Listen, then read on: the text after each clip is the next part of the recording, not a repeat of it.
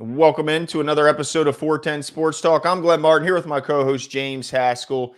And this episode, as always, is brought to us by who, Jimbo? Bet Online. Ladies and gentlemen, we have worked with a number of really awesome partners, but we're really excited to work with Bet Online. First of all, because it's your number one source for this time of year, NBA and NHL playoffs. The NBA playoffs, as Glenn and I were talking about before, have been absolutely insane.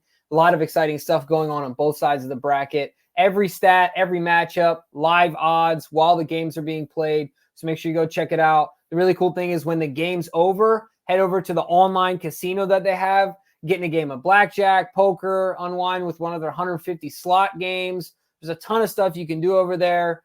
So go ahead and head over to the website today and look, get in on the action.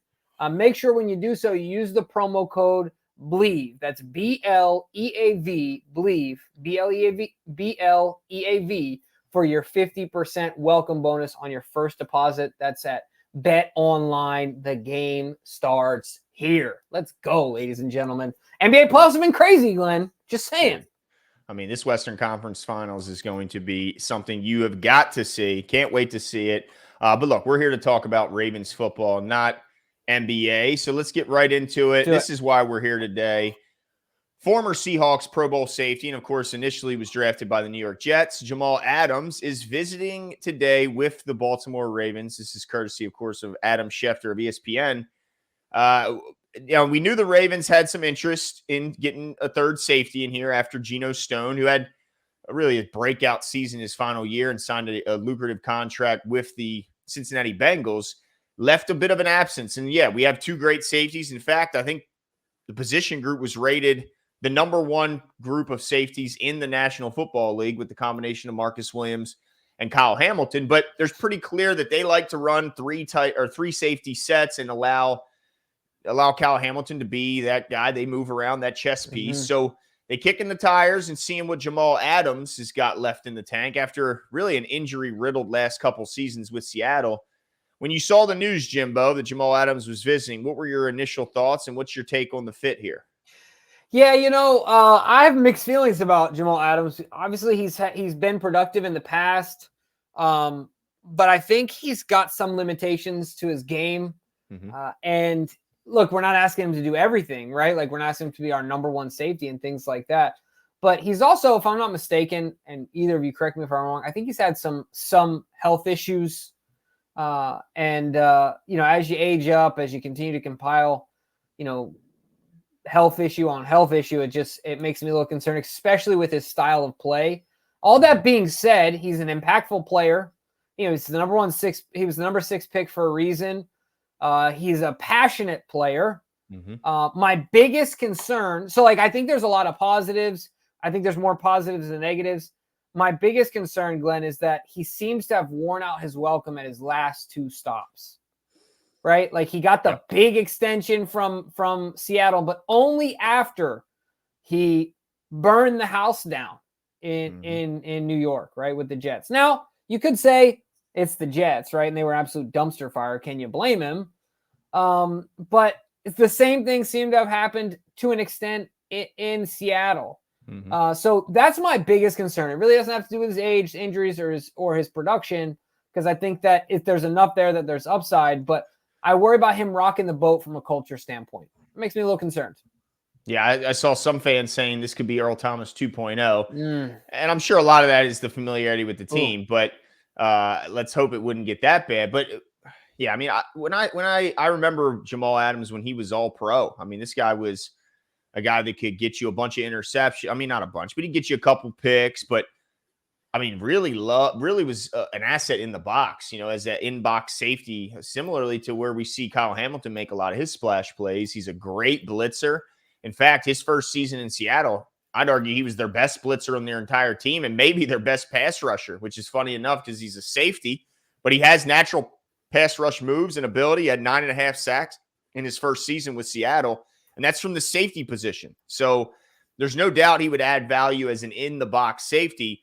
But the question is that what they're really looking for? Is that what the Ravens really need? Because that's not what Geno was. That's not the role that, is seemingly is empty right now, is more of a guy who can play on the back end of the defense. And and kind of help in the back end in the deep third, where Kyle Hamilton isn't, hasn't made a lot of his plays. His plays have been up near the line of scrimmage. So that's the big question. Is there really even a fit here? Now, I guess my take on the fit, if you just kind of take out the injury issues, is I don't see.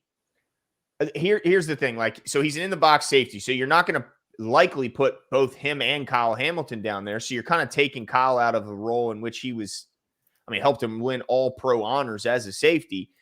So that's not something I love. So the way I look at the way he would get on the field is really just as like your linebacker in the dime coverage, but you don't, Roquan is your linebacker in dime, and he's that good to where he's not a coverage liability, and he has the speed and athleticism to run with these tight ends and backs and all that. So I just don't see where he would necessarily fit in. Not that he can't play deep, but that's just not where he's most valuable. So that's one part. But also, Jimmy, you're right. He's been hurt a ton. He played one game in 2022, and he played 9 games out of the 17 last year. And even when he had his best game or best moments with Seattle, he only played in as many as 12 games in any season there. So I just worry that he's just too banged up.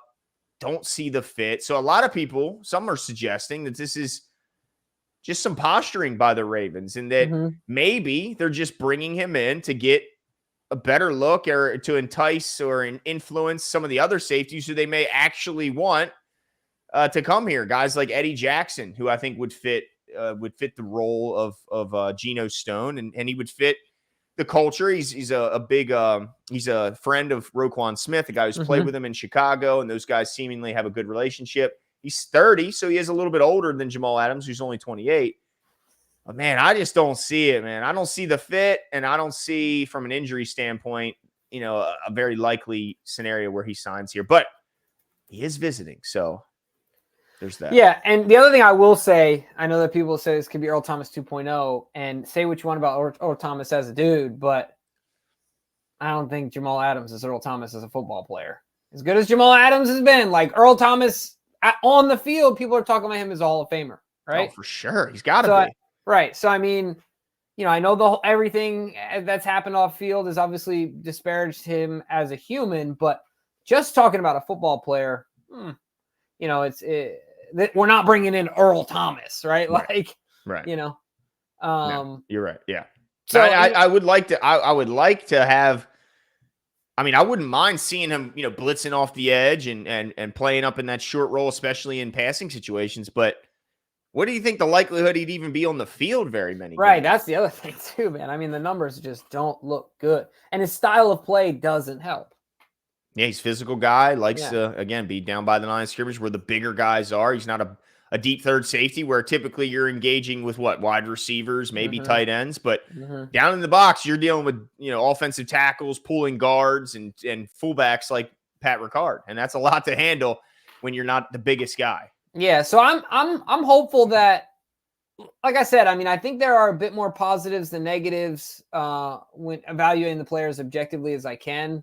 But I'm hopeful that you're right, that they're just doing a little bit of posturing here and sending out a signal to the other guys that, hey, we're looking for a safety. You talked about Eddie Jackson and there's some other guys sitting out there, of course, Justin Simmons and others who may be, like you said, a better fit.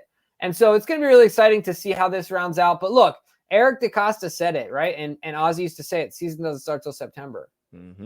Now we got an early one this year because we got Thursday night, of course, but still September. So yeah, there's a lot of time and we'll see what happens. But do you think that they bring in a safety, whoever it may be, prior to training camp? Or do you think they end up with a training camp signing? Well, I think they have, prior to training camp, maybe that's, I'd say at the very latest by the start of training camp. Now I say that knowing that we signed impactful players well after that last season with Van Noy and all those guys, but I really think that they're going to want to get a guy in here as soon as possible. And it's pretty clear they want to add a safety. They keep bringing guys in. There's too much smoke around this position to think that this is, not something that they're hell bent on getting. Do you find it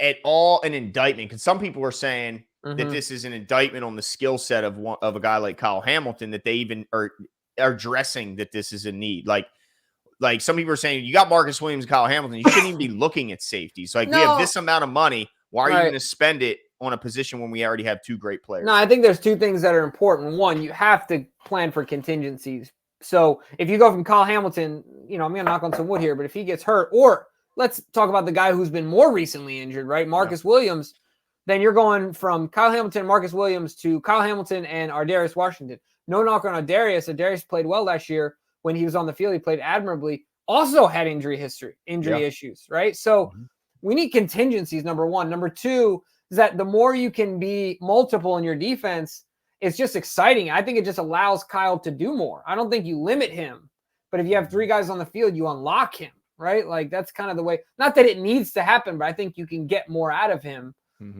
as you can kind of play the shell game with these three guys, right? And make things look different, or look the same, but be totally different. So I think that's what it's really about. I don't think it's an indictment on Kyle Hamilton at all. And I don't think he sees it that way either. We need the depth. We need the guys, period, right? We can't go from that to an undrafted rookie. Like, I know you like the guy out of Maryland, but he's already in a walking boot, if I'm not mistaken. Not a good start. You know what I mean? It's just, we need something there. I don't think it's an indictment on Kyle Hamilton at all. And I don't think he takes it that way. No, not at all. I saw some rumblings, so I wanted to get your take on it. Yeah. But yeah, as far as Jamal Adams, don't see it as a fit and scared of the recent history of injuries. So I would be out on that. But look, if they bring him in, I'm certain that they'll find a role for him. But I got to imagine that this could just be just a tryout, just to see what the guys got, and let's hope that they get a guy who maybe fits the skill set they're looking for. But let us know what you guys think. I mean, are we off on this? Do you want Jamal Adams in here? Do you think he would be a good fit? If so, what do you see his role being?